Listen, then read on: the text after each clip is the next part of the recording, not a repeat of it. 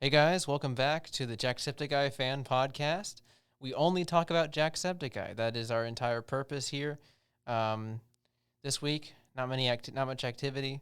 We have a couple cameras posted outside of his house, and no activity. He still has his windows drawn. We did get to see him take a shower once. That was pretty cool. That was really exciting because We'll have that on the Patreon. We'll have that on the Jacksepticeye fan Patreon.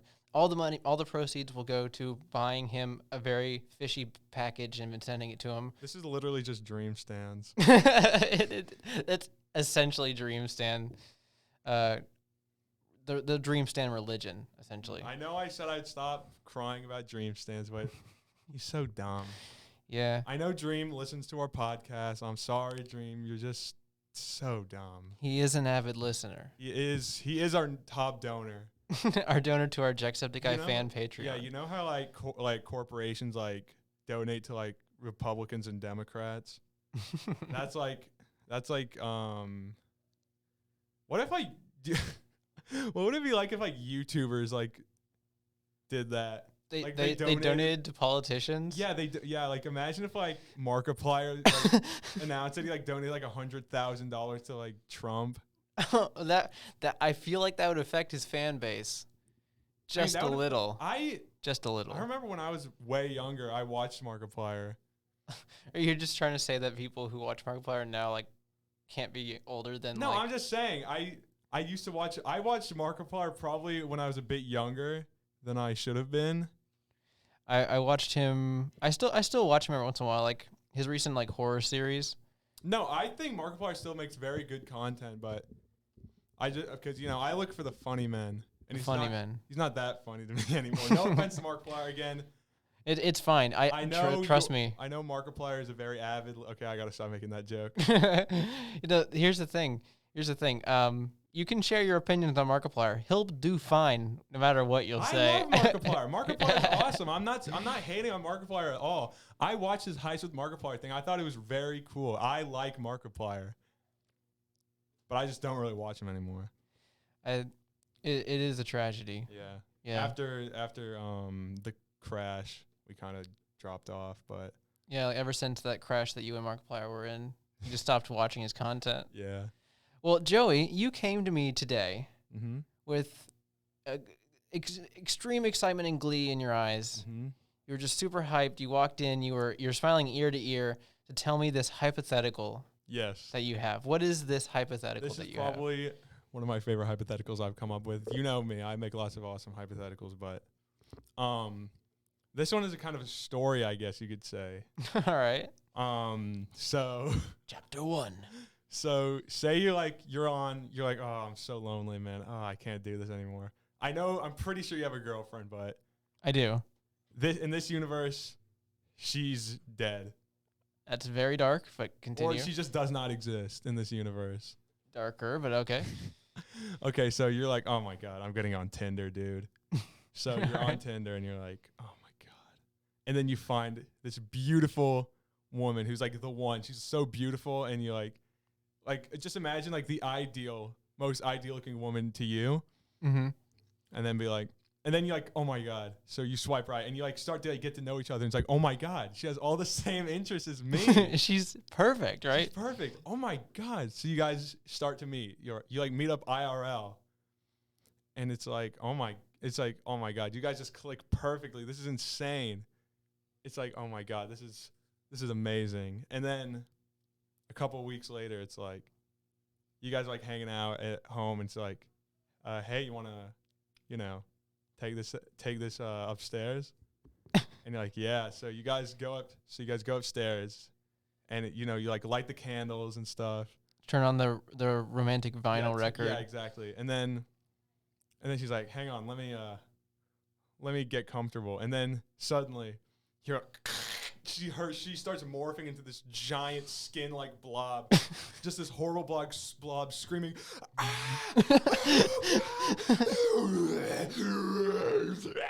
just like this awful 5-minute process. You can like the crunching of bones, this massive blob, and it just transforms after like 5 minutes. This horrific process into me, and it's like, and then I'm like, you just walked the prank. Oh my. I guess I would just my head would explode. What would you from genuinely do if you found out that like I had the power to do that? Like just turn into a really beautiful girl. You've been like a sleeper agent Mm-hmm. dating me for like I For guess months. weeks, right? Months, Mhm. months. And you've been holding your cover you've been staying undercover for so long To just to destroy you. reveal that. You just walked the prank. If you had the ability to re materialize your bones. It's completely painless for me, but it looks like the most painful thing in the entire world. It just looks and sounds like the it's most this painful, agonizing horrifying, process. like, metamorphosis ever. What would your genuine thought process and reaction be? Like just watching that happen, seeing it, like realizing, oh my God, why is he turning into Joey? Well, at first, if it was just a blob of like horrific like skin, like I'd probably start like freaking out. Like I have never actually seen anything so surreal probably at this Yeah. point. So like, what I don't know how I'd react. I'd probably just like scream. Would you like call 911? Like, I would think that you were like having an attack or something. Like I'd be like I'd react. I'd call 911 probably like.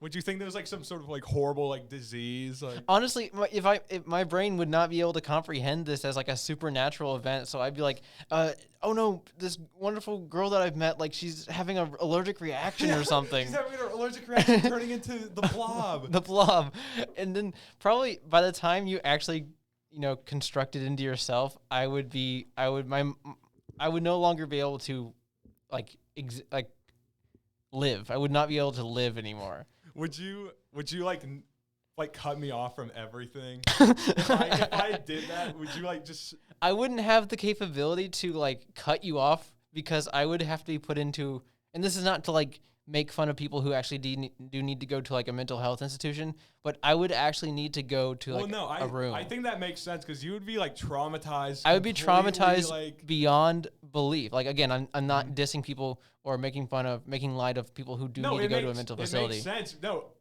I think most people who just see this happening, like the love of your life just transform into like your friend and he says, oh yeah, I just pranked you, dude. But the process is so slow and so horrible, visibly agonizing. It would probably drive me insane. I think that would drive most people insane. I would be driven insane. That would be one of those like comic book events that like if that happened in real life, I would not be able to like, eat and like. Would you try to kill me when you found out it was me just messing with you? I wouldn't be able to like live my life anymore just because I think that would just be so like uncomprehendable that I would have to like have someone caring for me at all times because I would not be able to process what the heck just happened. Just enter a vegetative state. Yes, that's it. That's the exact words, vegetative state. And then like Graham and Riken come out and Johnny and they're like, "Oh, that was so good. Did you see the look on his face?" You guys are like, we got you, right? High five. And then like I'm just like on the ground like in fetal position, like rocking back and forth. And then Johnny like takes out like some cameras from like, "Oh yes, this is gonna be so good. We're putting this on the channel." And my eyes are just completely white, and I'm just like rocking back and forth, like. And the next up for the Chillcast, Alex, come on, Alex. Alex, what do you think of the prank? Alex, aren't you gonna introduce the podcast? And I'm just like rocking back and forth. It's like in Smiling Friends when the pink guy just like. It's just like completely just scarred forever. He's destroyed beyond belief in his mind. It's just what I imagine you sitting like that, like just kind of like rotting at this point because you haven't eaten or drink anything. You guys would just like put me in a jar just to carry me around because I would not be able to like do anything. Like I would still be alive, but I would not be able to comprehend anything. Would you? If you like somehow like did not go insane from seeing that, how mad would you be at me on a scale of 1 to 10?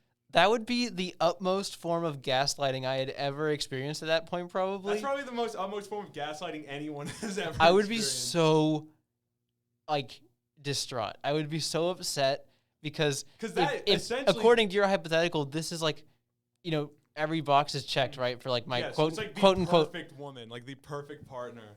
And like, if this is like in this hypothetical, I haven't met my girlfriend, and this is like, basically her essentially, right? Yeah. In this situation, that would destroy me. Like I would be so because it's a lie. It's all a lie. In that technically that woman does not exist.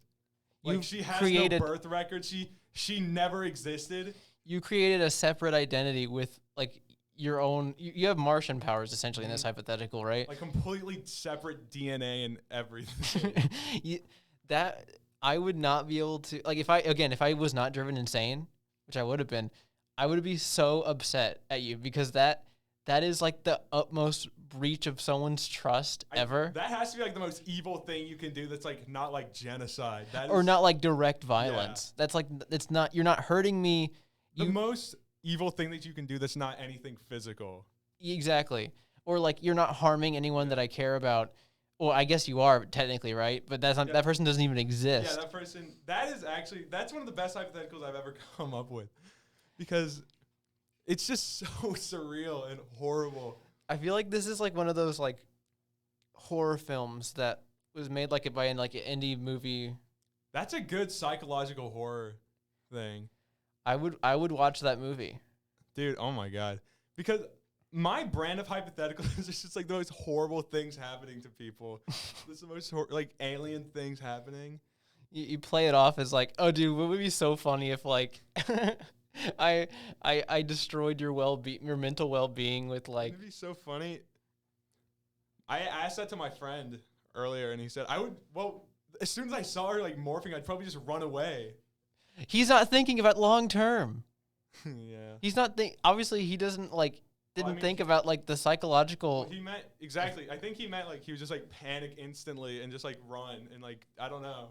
I mean, I guess that makes sense. Like if some people would respond differently, like they'd be like, "Oh my gosh, like what's going on?" They wouldn't even think about the fact that like that would be permanent. Like, yeah, they just think that like you're turning into a monster essentially. But like again, this is a hypothetical. But if we're applying this to real life, you know, I wouldn't assume that this person could morph back and is actually the person that I knew. If you morphed into you, she morphed into you, and then I said, walk the prank. Walk the prank. Would you, like, every time you hear, like, walk the prank, would you start, like, screaming, like, SCP-096? I would. Every time you hear the word walk the prank, you, like, rip through any metal ever. Just, like, get to and kill whoever said it. I would need to be chained up. I would be afraid. You would break through the chains. Every time you hear someone say, walk the prank, you just walk the prank. You need to submit that idea to walk the prank. Walk the prank, so they can like emotionally and psychologically destroy someone. That sounds like a Meat Canyon video. Ooh, we should totally email. I don't know. Email message Meat Canyon about this idea. Say you can use this. Just make this a thing. Yeah. I could imagine him doing that. Yeah, that sounds like something he would do. You just walk the prank. It would be even funnier if, like, instead of you saying you just walked the prank at the end, if you started out like, "Hey, you just walked the prank," and then you start like, "Oh my God, that actually sounds like something from a horror movie." It's like your vibes are about to do like the scary music. Alex, she's like, so it's like rubbing her arm. There's something I need to confess to you, and you're like, "What is it? You can tell me. You can tell me anything." Yeah, you can tell me anything. She like smirks, like a shadow like goes over her eyes like an anime character. Sing. You just walk the prank. And then just like horrifying visual horror. Yeah. It's like Cronenberg, The Thing. That's what I imagine it looked like, The Thing. I have to give you props, Joey. That is one of the best hypotheticals I've ever heard. Right next to the Oni plays one where it's like the mummy in the box. That's a really good one. If you guys are listening or wondering what that is, just look up Oni plays mummy box hypothetical or something. Yeah. It's like when they're doing like their Spider-Man playthrough or something. They're very funny. Funny gentlemen. But Joey, you had another topic you wanted to bring up. Yeah, it's Mario Day. It's Mario Day? Yeah, it's March 10th. Is that actually? I want to look that up. Yeah, look at your okay, well it doesn't say that, but it's like, you know how like it's shortened to like MAR? It's Mario Day? Yeah. You're lying to me. No, you never know that's a thing? Mario Day. What was this institutionalized by Nintendo? Probably. Look. It's like March 10th because like the 1 is the I and the 0 is the O. So it goes Mar. You can save up to $21 on select Nintendo Switch games from Mario 5 hours ago. Mario Day. That's Mario's birthday. To celebrate March 10th. Oh, okay. Yeah, it is a real thing. I thought that was like you were like, yeah, it's Mario Day. No. you just walked the prank, you know. I know. That would also be another thing that would happen. I'm sorry, we won't keep going with this. We'll continue to something else. But real quick, that would be another thing, another side effect of that experience. I would not be able to believe anything. I don't think you'd believe anything anyone says at that point. Exactly. Oh man, Mario Day? Yeah, Mario. Dude, I love Mario Day. How do you celebrate Mario Day? The holiday could be celebrated by dressing up as Mario, Dang it, I should having a Mario-themed party. What are you talking about? You're in a Mario outfit right now. That's true. Having a Mario-themed party or simply playing Mario games, among others. Among Us? Although the holiday was... Calm down. It's okay. The Among Us can't get us in here.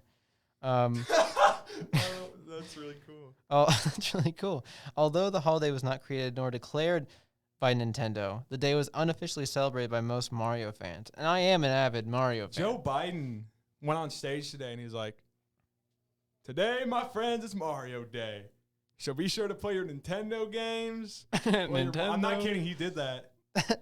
Look it up. Look up Joe Biden Mario Day. This is slowly making this day even better. Just the fact that event even exists. Well, the problem is, Alex, I lied about that. That didn't happen? No. Oh, man. I wish like Trump would do something like that because that sounds like something he would do. It's Mario Day. It's Mario Day. I can imagine Trump being like, "It's Mario Day. Play your Nintendos." Actually, no. Probably Biden's more likely to do that. Well, he does play the Mario Kart with his granddaughter. With his granddaughter, and everyone freaked out over it. He mains Luigi, right? Mm-hmm. He mains Luigi. That's amazing. You know, if anything, Johnny that even proves his what's it called? Competency. Yeah, his yeah. Or his ability to run the country is the fact that he mains Luigi in Mario Kart. Yeah. I mean, Johnny would be very happy about if he just let in with that, like, I'd find a way to vote. Yeah, exactly. You know? Like, I just surpass any legal you consequences. You transform into a beautiful woman and and freak out people so I get the right to vote. Yeah. Because at that point, they wouldn't need to use their right to vote anymore. But I don't know. That was I'm so happy that today is Mario Day. To be spending it with my best pal. Yeah, in the Chillcast room. In the Chillcast room. If I knew it was Mario Day, I would have worn my lucky fake mustache and my blue overalls and my lucky Mario, the super rare exclusive Fire Mario backpack. And I actually do have that like little like one-up light up mushroom at home. That for Chillcast historians, the first episode we ever filmed. Oh yeah. It got corrupted, but we filmed it live action, and I had this Mario mushroom that had a green exterior, and so whenever Riken would edit the green screen, it would apply to that too. And so when he did like the Pornhub logos on there, it was pretty great. We need to do more live action. I agree with that stuff. Like Chillcast Chili is one of my favorite videos on the channel. I'm so sad I couldn't go to Chillcast Chili's, but personal stuff came up. Basically what happened is I lost my driver's license after I hit that dog, but I couldn't drive there. So it's understandable. I mean, did you at least like apologize to the? No, why would I do that? You didn't even like leave a note. No, it was a hit and run, Alex. I thought I said that. You didn't even like give like the owners like some clarity here, like suckers, you just walked the prank. You just boom, boom, boom. Oh, you just walked the prank. My dog, and you just drove off. Just walked the prank. They were walking the dog when you did it. That's horrible. That's a horrible thing that could never. If that actually happened, that'd be horrible. Dude, I had a crazy dream the other night. Dream? No, continue. What was your crazy dream? I had like this. So everyone knows I'm a juggler, right? Everybody knows that. And I had a dream where like it's a really weird. dream where it's like ICP released a new album. Yeah. Right. And it was like, they're like, it's based off a real story. How we solved a murder case. It's caught a serial killer. And it was really weird because like, they're like 2 points of view, and the point of view of the person listening to like the album was not me. What? Because I was a character inside of the album. Like every time a song started, it would like go into like another world where I was like, it's like me, and I'm pretty sure like me and you and Riken and like some other friends of mine were with ICP trying to solve a murder. We were little sleuths. Yes, little detectives. And we were like, all right, let's do this. And like we started exploring, and I remember at first the murderer was a guy, right? Yeah. Like later on in the dream, the murderer turned into like Margaret Thatcher, or a girl, like a woman that looks like Margaret Thatcher. And I remember there was a point where like we were in this desert and we found this big like apartment complex in the desert. City 17. Yes. And ICP, they were like, oh, this is the killer's base. He didn't explain how he knew that, but he's like, this is the killer's base. Exposition. Yeah. This is the killer's base. Let's go in. So they go in, and it gets really blurry. But I remember there was a point where we like fell into this trap door, and we like went into like, a bunch of like, it was either blood or mud. Okay. One of the two. Interchangeable. Yeah. I remember it was really disgusting and like grimy. And then the woman comes out and is like, well. You thought you could catch me. And then she like started torturing ICP. And I was like, no. And then I don't even remember anything after that. I don't even think I think I woke up before like the album was over. It was really sad.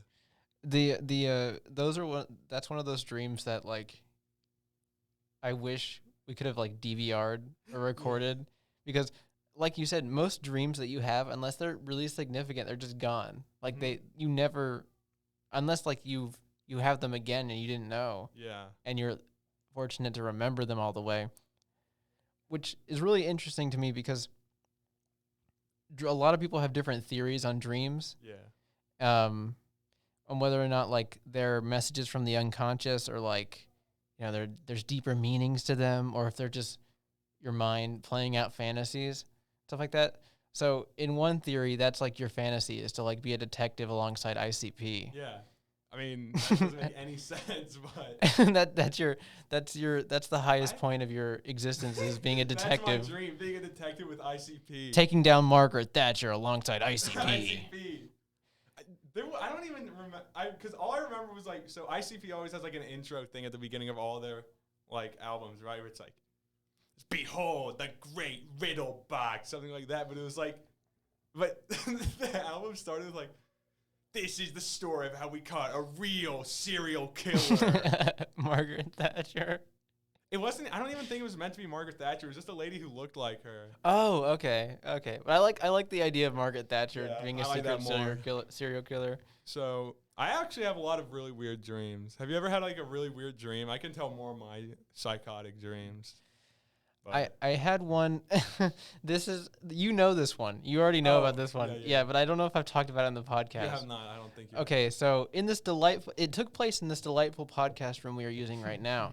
I'm not going to say, except for like my friends, I'm not going to say any names because I don't want to. Well, weren't they all just members of the group? Yeah, no, yeah. I'm saying with exception for the aggressor in this. Okay, so anyway, I had a dream that we were all at school. We were in the cafeteria eating lunch.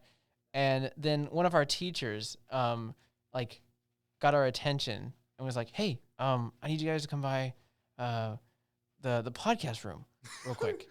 Wait, I thought it was because you like broke something. Oh, I don't know what the cause was. It might have been that. More realistically, you said something like that. Like either I don't know. There was something that happened the day before, and it caused this to happen. But anyway, we were in the cafeteria, and the teacher's like, "Hey guys, Riken, Joey, Alex, Johnny, Graham, come with me real quick. I need to show you something. It's in the podcasting room over near this side of campus." And so the teacher guides us over. We get into the podcast room, and then he locks the door. And It's like Five Nights at Freddy's. this is essentially the Five Nights at Freddy's like timeline here, because he pulls out a gun and he's like, "All right, one of you gets to leave." No, I thought it was like one of you have to die. Oh yeah, you're right. Oh my gosh, he's like, one of you has to die, and you guys get to decide. So chat amongst yourselves. And I was like, "Hey, you don't have to do this. We can just leave, and I won't tell anyone. I won't tell anyone." And he looks at me dead in the eye. He's like, "You know that's not true. You'll tell someone." It's the funniest part about that is that he's like, "Oh, I won't tell anyone." Yes, you will. Well, no, we wouldn't even have to tell anyone if you didn't take us into the room. Pull a gun out on us. And I don't the most scariest thing is I don't know how that dream ends. I don't know who we decided, in a Saw situation here. Like, I don't know who we decided, and it was so. I woke up and I was actually panicked when I woke up. Like I woke up in one of those like nervous sweats. Did you think that like the teacher put like what's the thing in SCP called? Amnestics in your brain to make you like forget the whole like thing before that, and you just like wake up in your bed. Oh my god, like you blacked out. No, I woke up in like a nervous sweat, and I was like, I've noticed that a lot with dreams that I have. There's like a good like minute that takes place, like a good little weird moment that always takes place after I have like a really surreal dream, that I believe it. Like, I believe that it happened for at least like a minute or 30 seconds. I'm convinced that it happened. That happened to me a couple of times. That happened to me in the ICP dream, actually. And that happened in a dream where I met Super Mega, Matt and Ryan. And I was like, I took a picture of them, and then I was like, oh my God, this is a dream. And then I woke up. I had a dream where I met like a bunch of like YouTubers once, and it was like, it was at my school, and I was like, now that I look back, I'm like, why would they be at my school? Like, why would they go to my school? But that was like in middle school. So like, I don't know, middle school brain. But yeah, that was the Matt and Ryan dream as well. For you? Yeah, or like early high school. But I have this weird thing where like, if it's especially if it's a stressful dream, I think it's real for at least a good like 30 seconds afterwards, and I have to convince myself that it's not. Like, I had a dream that, like, in the middle of summer, right? I haven't been in school in like a while, right? And then I'm like, I wake up and I'm like, I forgot to turn in this AP Lit essay. Oh my God. I had a dream where like I skipped school with some friends, and like literally like the army came after us. I thought it was real. I thought it was real life. I was so upset. Sniper, take the shot. Mm-hmm. The American sniper hunts you down. We were talking about the American sniper yesterday. I don't know if this is political or not, but why was the American sniper praised at all? He's essentially a serial killer, right? I've never seen the movie. I didn't either. I assume it's just glorifying. Isn't like the whole lesson of the movie is him not being able to live with himself because of all the people he killed? I hope. I hope he had like psychological trauma. No, I think that's the like. Isn't that like the lesson that the movie teaches is like, you know, veterans deal with traumatic experience or something? Probably. Because I think I'm probably remembering this completely wrong, but I did walk into a part of it, and I think like one of the major plot points is like he was doing his usual sniper thing, and then he accidentally killed like a kid. Right? Is that real? I think is that it? Did that happen IRL? Because I know. No, because the American Sniper movie is based off a true story. If it's based off a true story, did he kill a kid IRL? I don't know. Let me look this up, because I don't want to spread misinformation here. Yeah, God forbid we spread misinformation about American Sniper. Did the American... I like it that he owns the title of American Sniper. Like, no other sniper earned the title American Sniper. Yeah, he killed the most people, so he gets to be the American Sniper. Did the American Sniper kill a kid? This is horrible to look up. Did it show up? No. Time notes that according to the screenwriter Jason Hall, Kyle said he shot my friend. I'm not going to put his name in my book. The first combat scene in the film was Kyle killing a boy and a mother who tried to attack U.S. troops with a grenade. Oh, it's real. Oh, my God. The boy was added for the film. Wait. The first combat scene in the film was Kyle killing a boy and mother who tried to attack U.S. troops with a grenade. The boy was added for he didn't actually kill a boy in real life. So does that mean like somebody... He shot just some random lady with a grenade. Somebody insisted, we need the American Sniper to kill a kid. we need more traumatic experiences. Yeah, we need more evil. essentially. The reason we're so like hooked up on like the American Sniper right now is because of Meat Canyon's most recent Monster Lab episode, which you should check out. He's a wonderful, talented dude, and his cartoons are hilarious and dark. It's one of the few like American Sniper. The American Sniper. The American Sniper. That's just like what I think of when I think of like conservative like people like glorifying like war. I just think of the American Sniper. And even before like the Meat Canyon video came out, I was like, American Sniper, what the heck? I just think that the best example of that is this mentality that like a lot of conservative people are Christian, and this is not like an attack on Christians or anything. It is. Oh, no. Is. But there's this huge like, and this goes with any profession where you have to carry a gun. Yeah. There's this huge contradictory like thing, right? Where it's like, thou shalt not kill, right? That's one of the 10 Commandments. And then you're like, yeah. But when as soon as you join the army, you're like, but it's okay here, right? Mm-hmm. And, and then God looks down and foreigners. It's okay. It's fine. We don't know them. It's fine. That's the thing. I mean, if you join the army, I respect that. I just cannot imagine just giving everything up to kill people, because that's essentially what it is. And the problem is the reason. I mean, I guess there's parts like, you have to protect the country too in case there's an invader. Well, there's obviously a lot of like, obviously there's so much wrong with war, right? There's because a lot it's of literally nuance conflict to the army. Because if we didn't have an army, we'd get invaded very fast. I will say that. But it's just like, the problem with any war is the amount of like civilian casualties that happen, that no matter their opinion on the politics behind the war, they die just trying to live a life in the country they live in. But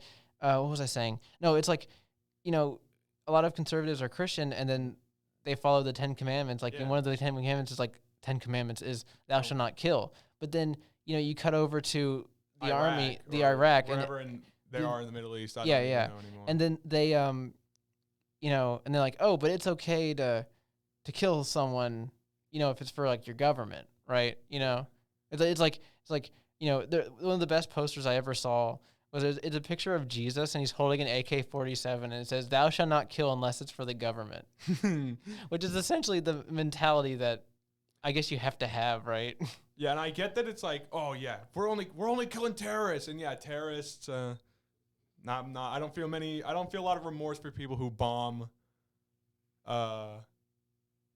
buildings and stuff, who with like the bombs on their chest. I don't feel any remorse for those people. But then there's a lot of people who just get, like what you said, get mixed up in all of it. It was really bad in Vietnam. It was so bad in Vietnam. And it was also really bad in Iraq. I remember when George Bush sent the Avengers to the Iraq. He's an Avengers. Did I just say the Iraq? The Iraq. Avengers assemble. Yeah, when George Bush sent all these people, I remember seeing pictures, these really terrible pictures of people, like just random people being tortured in like government buildings, like just Iraqi citizens being tortured, like, trying to get information out of them because they think they have like information leading to like Osama bin Laden.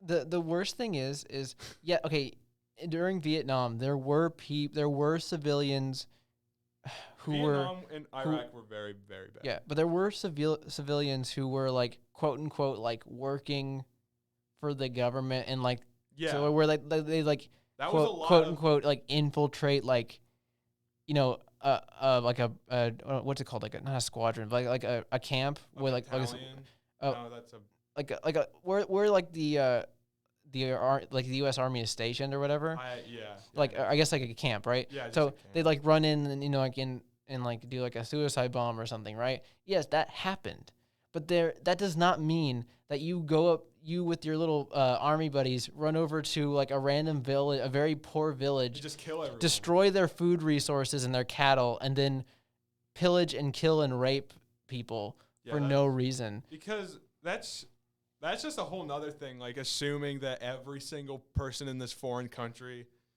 is a potential. And I guess I get that when you're on enemy lines, which is what Iraq and Vietnam are, there's going to be a lot of people that are going to be out to get you. But these are like children and civilians. Yeah, these are like children and poor people, poor villagers. Farmers. That's what I'm saying. Poor rice farmers and children and women. And it's just very irrational to assume that the entirety of Vietnam wants specifically you personally dead, right? That's just like gang stalking. That's like schizophrenic behavior. And I mean, that might just be a symptom. Like, and that wasn't that wasn't like an order passed down from the men upstairs of the government. They weren't like, hey, go attack this village and kill innocent civilians. It was like, a bunch of like buddies like go, hey, let's kill some civilians. Let's just like mess, because like let's go commit some more crimes. I think the best example of this like mentality or like event is displayed in Platoon. Yes. With like Charlie Sheen, right? The town they walk in and like a bunch of these like people who aren't even like the quote unquote like leaders of the group. They're like doing these horrible acts, and then people are like too scared to like tell them to stop because they're like afraid that they'll get like, I don't know, court-martialed or something. And it's like, I can't tell the boss to not attack this random innocent civilian for not talking, quote unquote, but because I'll get in trouble, right? But then there's some times where you just like, you kind of need to break out of that and go, is this right? Is this really right? But, not a lot of people had the strength to do that. And I mean, it's like, your superior is literally committing a war crime in front of you. And you're like, what do I do? Like, do I stop this? Yeah, I think it's a very scary situation. Even just like, I think we are all very lucky to be like born in the United States and not like a third world country, because I just cannot imagine how scary that'd be to be like, you're either either like getting gunned down by like U.S. soldiers for no reason, or blown up by maybe somebody who's like one of the terrorists. That is very, very scary. I feel bad for people in that. But anyway, Alex. Yeah. So I was going to keep talking about the dreams earlier, but then we kind of went on our whole other thing, right? A whole tangent about Vietnam. Yeah, Vietnam and Iraq and stuff. Jeez. But Alex, so I think that was actually good, though, because it gave me can I do this, by the way? But for context, Joey's putting his feet up. Yeah, you can do that. Okay. So while we were talking about that, that gave me time to think of 3 dreams that I have had. So all right. We're going to play a game called Pick the Dream. And I want you to I have 3 dreams, and I want you to pick one number out of 3, and I'll tell you about one of my dreams. I think we have enough time for that. Let's see. We could do all 3, or we could just do 1. I think we have enough time for 1. Okay. Let's go with number 2. All right, so you want to hear the scariest dream I've ever had? I guess so. All right, so a lot of it started out in like this big waiting room, right? Like a hospital waiting room, and there were a bunch of people I knew IRL. I don't think I knew you yet, or like Riken or anybody, but a lot of people I knew were there. And we were just like messing around for this is like the most of the dream. We were just like messing around in the waiting room, finding all these like different rooms and stuff. And eventually, at the very end of the waiting room, there was this like room with like no wind, like this door with like that kind of door right there. Mm-hmm. And it said the ball pit, no children allowed. And I was like, well, I'm not a child, so I should be able to go in, right?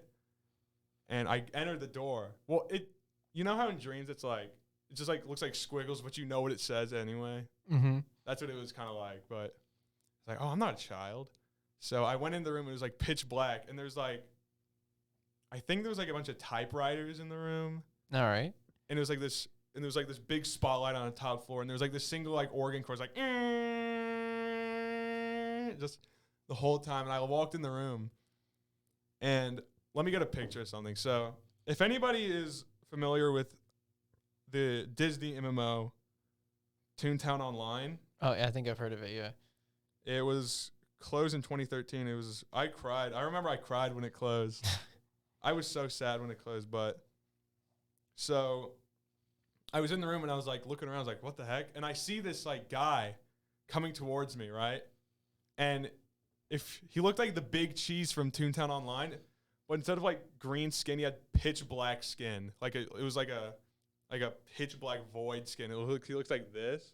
Oh my god. So just imagine that, but like completely pitch black, like it's just like a shadow monster. That would be terrifying. And he was just chasing me, and I was like, oh god. And I started running, and like this room was like infinite, and I was like running and running, and I'm like in a forest, and I'm running and I'm running, and I'm like, oh my god, this is so scary. I don't know. Oh my god, this is so scary. Oh my gosh, this is so scary. It's like and I keep falling down. I get like all slow and like all heavy. Oh my gosh, that's the You worst. know how that feels? Because that happens in dreams. Like get all slow and heavy, and it's awful. I've never experienced that, but I've like definitely seen it in like media. It's horrible. It's like the worst feeling you can have in a dream. You just keep tripping and falling down and get really all heavy and like, but you're not like tired. You're just like super heavy. And that happened to me. So he caught up to me really fast, and he started kicking the crap out of me, like beating me up. Oh my gosh, how old were you when you had this dream? It was only like 2 years ago. Oh my gosh. He started kicking. He was essentially kicking my ass, and it's like and I don't really remember what happened in between that and the next thing, but I remember, like I guess teleporting. Yeah, I remember teleporting into this like beach, right, with all these rocks. And I was with my dad, who does not have blue eyes. That's very important. He has brown eyes. And so we were like walking on the beach, and he's like, oh, hey, Joey, check that out. And I look over, and there's this rock. There's this rock, like this small, like flat pebble with like blue eyes, like bright blue eyes, and like these really weird looking lips smiling at me. And then I look back at my dad, and now he has bright blue eyes, and he screams in my face. Oh my like gosh. Freddy's. And like this, you know how like an alien, like the xenomorph's like tongue is like another mouth. Oh god. That happened, but it was my dad's head screaming at me. Oh! So there were two of him screaming at me. That's horrible. And then I wake up, and I'm like, oh my god. And I guess my brain thought I was still dreaming, because I was like, oh. And I looked to my left. And I see this giant black like needle thing with a single glowing white eye, and I was awake.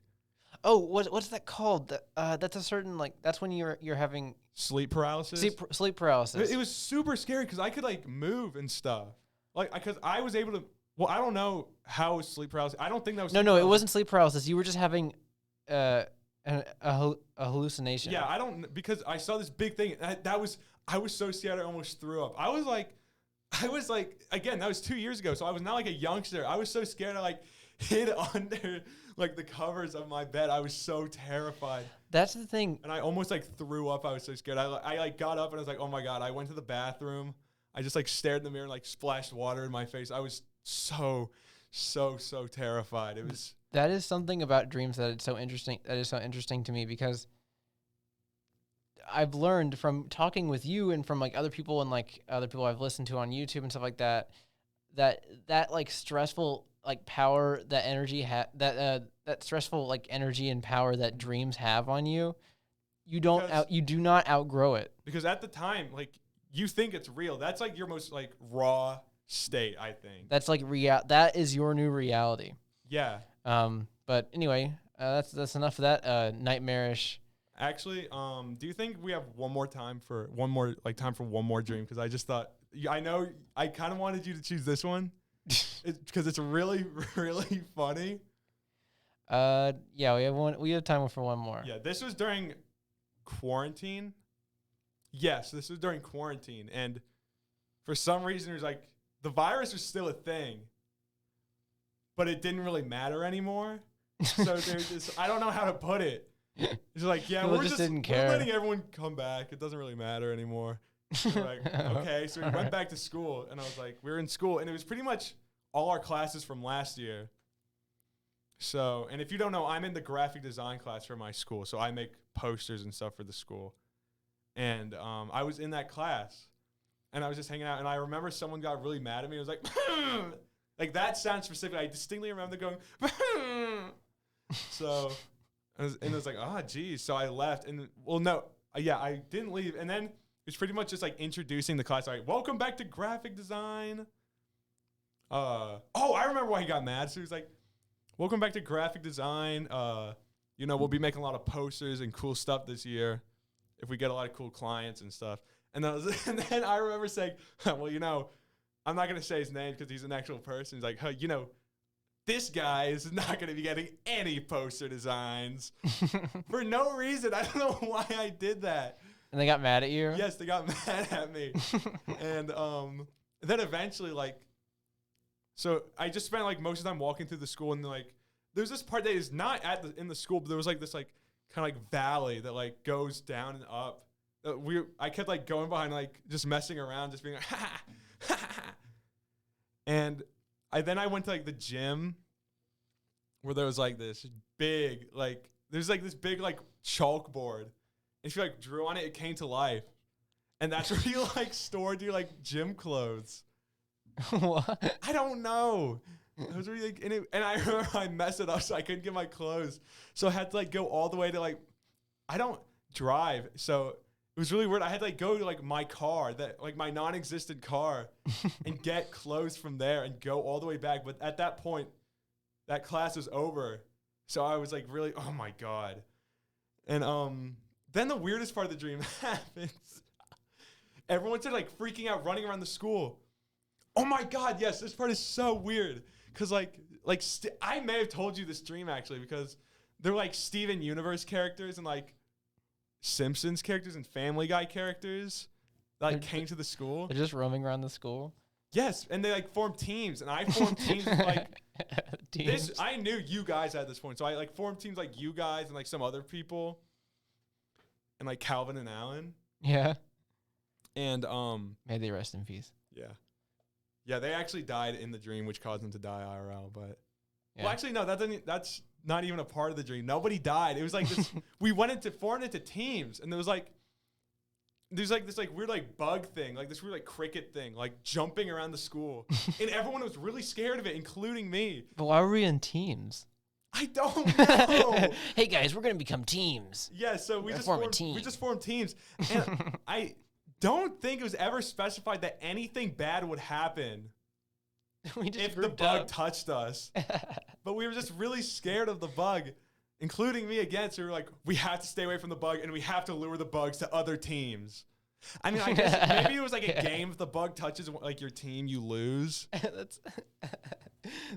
You guys are like scrambling around, like, don't worry, nothing bad will happen. We're playing a game of tag here. It was pure chaos, and like I was genuinely scared of the bug. The bug was like this tiny little green thing. It was just a tiny like brownish greenish speck, and it was just, and eventually like got right up in my face, and I was like, whoa, and I woke up. I genuinely woke up in fear out of the bug. That's amazing. I wish I had more whimsical dreams like that, because I get the bad batch of dreams for some reason. Like I always get like the really nightmarish or like stress-inducing dreams. I mean, to be fair, two of the dreams I told you were pretty stress-inducing. the green bug and ICP.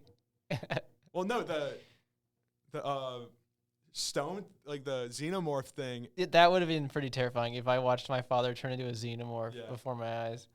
Yeah, the ICP dream, I guess they were all pretty stress-inducing. Well, I guess they were all, why do I have such stress-inducing dreams?